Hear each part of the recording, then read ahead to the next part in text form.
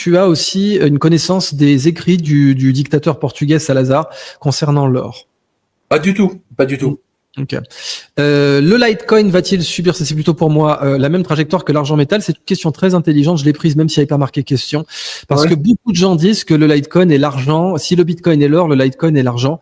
Personnellement, c'est ce que je pense dans les cryptos, qui aujourd'hui se prennent une correction, mais à une manipulation de cours très intense. Le niveau de manipulation. Moi, je pensais que c'était l'Ethereum, l'équivalent de l'argent. Ah, pas du tout, parce que l'Ethereum, en fait, il n'a pas une supply fixe. L'Ethereum, en fait, il est, on peut en réimprimer. En fait, c'est l'énorme problème. Hein. Et c'est l'Ethereum étant, beaucoup de gens disaient oui, l'Ethereum c'est le numéro 2, donc c'est l'argent. Mais en fait, l'Ethereum, le protocole est tellement différent et comme c'est un proof of stake, pas un proof of work, qui pour moi c'est un péché. Le proof of stake c'est un péché. Je touche pas à ça. Je n'ai pas de monnaie en proof of stake dans mon portefeuille crypto et j'en aurais que pour jouer comme ça un mois, mais je touche pas, je ne détiens pas sur le long terme de monnaie en proof of stake. Par contre, le Litecoin, oui. Donc, beaucoup de gens disent que le Litecoin pourrait exploser. Ça veut pas dire que l'Ethereum ne peut pas monter dans les jours qui viennent, pas dans les mois qui viennent, parce que ça reste une crypto qui a un très, très gros volume d'utilisation. Le plus gros, en fait, le deuxième plus gros après le Bitcoin.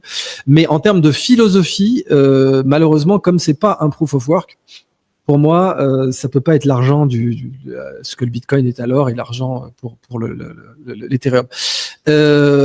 Donc, pensez-vous que l'argent va continuer à monter? T'as répondu oui. Mais bon, c'est pas un conseil d'investissement, vous êtes responsable de votre propre pognon. Mais genre, pensez-vous que ça va monter? Là, on vient de faire une émission de plus d'une heure pour expliquer pourquoi. Merci. Tout le pouvoir d'achat de vos billets de banque va descendre. Donc effectivement. Je sais pas, ça me paraît. Est-ce que tu penses qu'une monnaie des BRICS va arriver?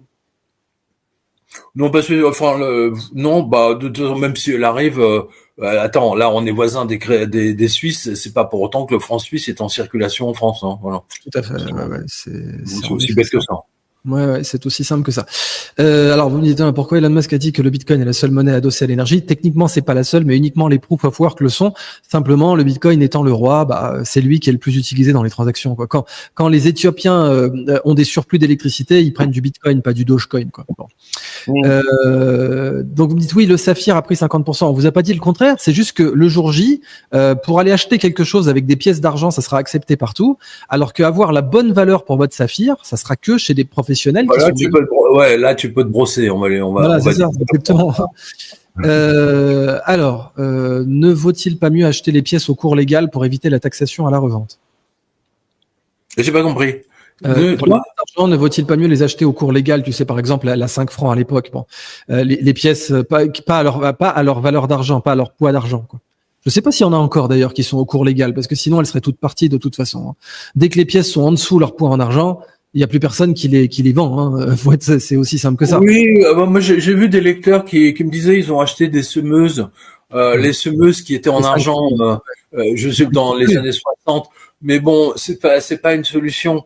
Les seules solutions éventuellement, c'est aux États-Unis les Quarter, les Kennedy, qui étaient en argent pur. Et d'ailleurs, en Suisse.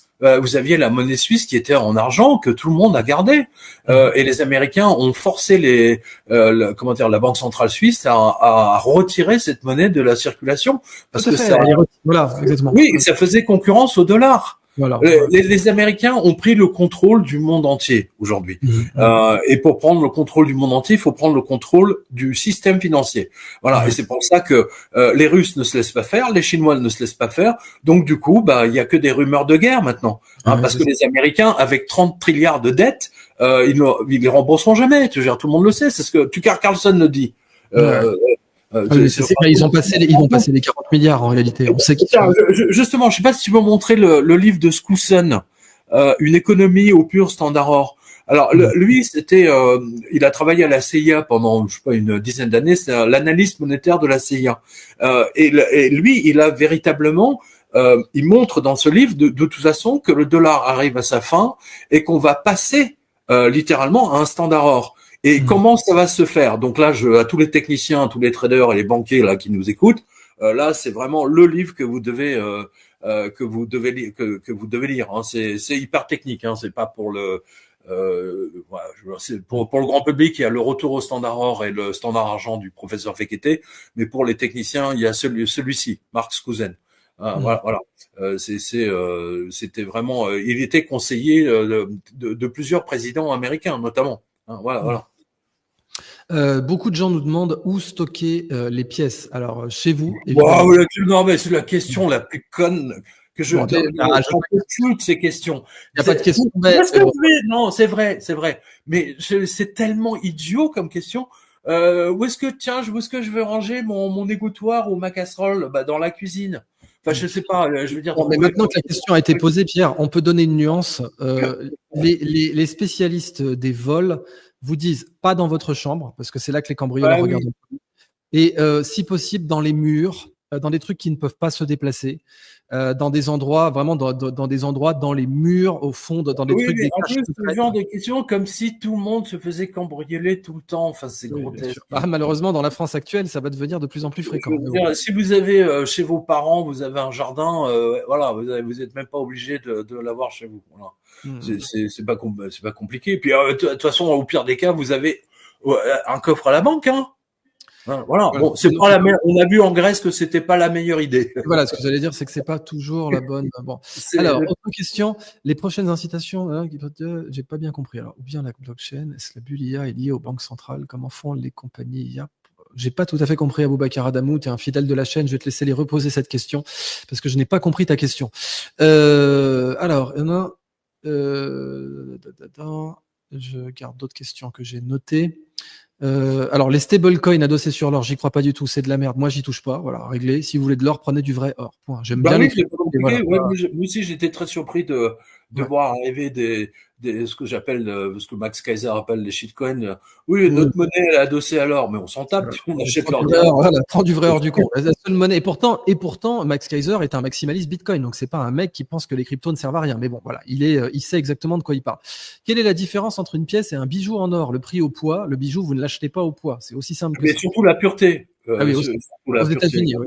En France, il y a du 24 carats quand même, il y en a pas mal. Oui, c'est très rare. Non, maintenant, c'est vraiment très très rare qu'il y ait dans tous les bijouteries. Maintenant, ils te vendent des colliers, des trucs comme ça, des petites chaînes. C'est à 14, voire 10. Oui, 10, c'est le pire. Ouais, voilà. Donc c'est pas sérieux. Autant ça pose un problème aujourd'hui, mais pour les bijoutiers, on va dire ça comme ça. Après, en France, en tout cas, vous devez reconnaître les poinçons. Donc, vous avez des poinçons qui changent selon la pureté de l'or. On va vous les afficher pour que vous soyez un petit peu au fait de cela. Donc, notamment chez le bijoutier. Voici donc un titrage en carats. 24 carats, sachant qu'un lingot c'est plus que 24 carats, puisqu'un lingot c'est 5,9, pas 4,9. Donc c'est 999.99 un lingot. Donc c'est voilà, plus que... les pièces Maple Leaf en or, elles sont à 999. C'est ça. Donc voilà les poinçons. Hippocampe. C'est l'or de banque, voilà.